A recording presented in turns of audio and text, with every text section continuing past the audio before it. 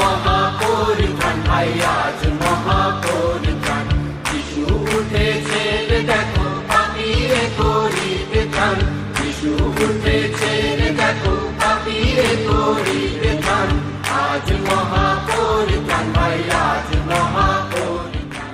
জগতের উদ্ধারকর্তা প্রভু যীশু খ্রিস্টের মিষ্ট এবং মধুর নামে আন্তরিক অভিবাদন। মতিলিখিত সুসমাচার 1 অধ্যায় 1 পদ। যীশু খ্রিস্টের বংশাবলী পত্র। তিনি দাউদের সন্তান, আব্রাহামের সন্তান। এই সুসমাচারের লেখক মথি প্রভু যীশু খ্রিস্টের 12 শিষ্যের একজন ছিলেন এবং তিনি তার লেখার মধ্যে খ্রিস্টের জীবনকে আমাদের কাছে প্রকাশ করেছেন। প্রভু যীশু খ্রিস্টের জন্মবৃত্তান্ত বলবার পূর্বে তিনি লিখছেন খ্রিস্ট আব্রাহামের সন্তান। এই আব্রাহাম কে ছিলেন? ঈশ্বর আব্রাহামকে তার সমস্ত কিছুকে ত্যাগ করে কনান দেশে যেতে বললেন। আব্রাহাম বিনা প্রশ্নে কনানের উদ্দেশ্যে রওনা দিলেন এবং পরবর্তীকালে তার বিশ্বাসে দিতে চাওয়া উত্তম বলিদান তাকে ঈশ্বরের দৃষ্টিতে ধার্মিক গণনা করেছিলেন।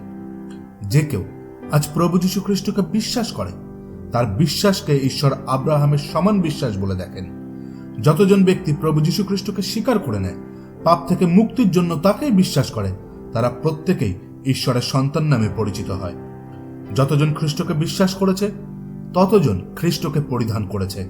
ফলে আব্রাহামের বংশ ও তাকে দেওয়া প্রতিজ্ঞা অনুসারে খ্রিস্টতে স্বর্গরাজ্যের উত্তরাধিকারী গণিত হবে।